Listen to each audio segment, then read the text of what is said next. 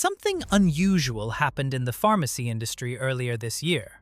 A company that once served over 8 million customers daily, with a market cap near $100 billion, was sold to a private equity firm, not at its peak, but at the bottom.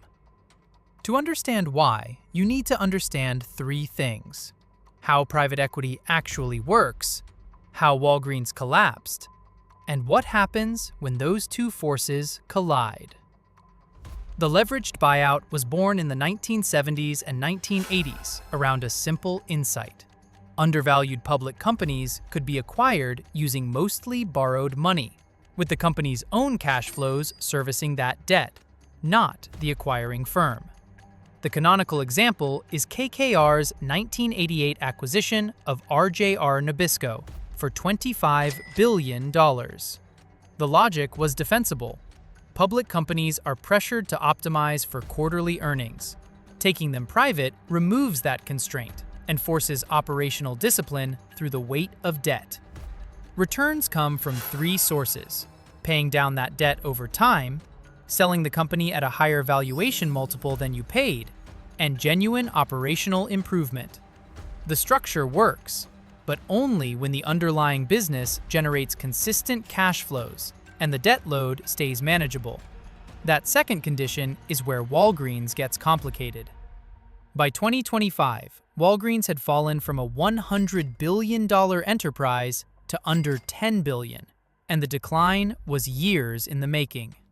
Pharmacy benefit managers, intermediaries that negotiate drug reimbursement rates between insurers and pharmacies, had been systematically compressing margins for over a decade.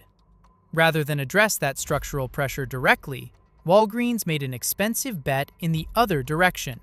The company invested $9 billion into VillageMD primary care clinics, betting that becoming a healthcare destination would offset shrinking pharmacy margins. By fiscal 2024, that investment was worth roughly $1 billion. The same year, Walgreens recorded an $8.6 billion net loss. The pivot had failed. The core business was weakened, and the company had run out of runway.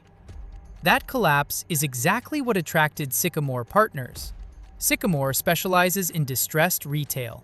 Its prior transactions include Staples, Belk, and Hot Topic, and rising interest rates between 2022 and 2024 had created an unusually rich pool of targets like Walgreens, trading at deeply compressed valuations.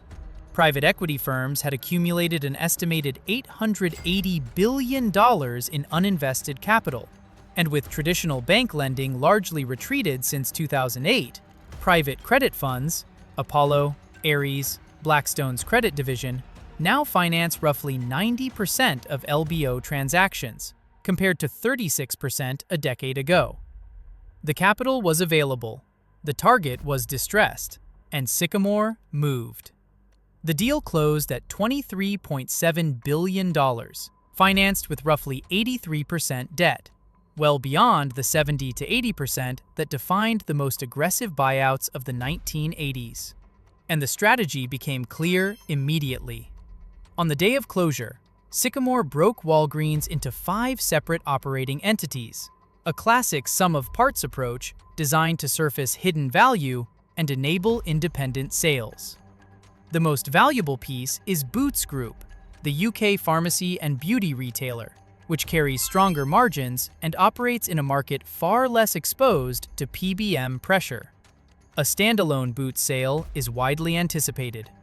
Meanwhile, over 1,200 US store closures have already been announced, with analysts expecting the total to exceed 2,000, and real estate is being monetized through sale-leaseback transactions to shed unprofitable leases and unlock capital.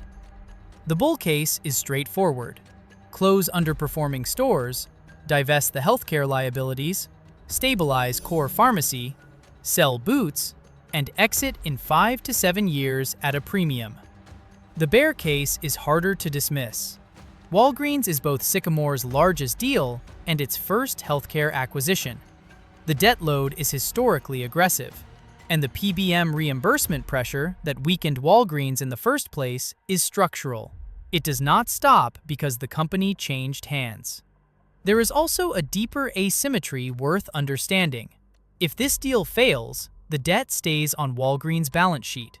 Employees absorb the layoffs. Sycamore, meanwhile, collects management fees throughout the hold period and may still profit even through a restructuring. That outcome is not unique to this transaction. It is built into the structure of every leveraged buyout. Understanding that asymmetry is not an argument against private equity. It is simply a requirement for understanding what private equity actually is. If you found this breakdown useful, subscribe for continued coverage of private equity and corporate finance. Informed perspectives are welcome in the comments.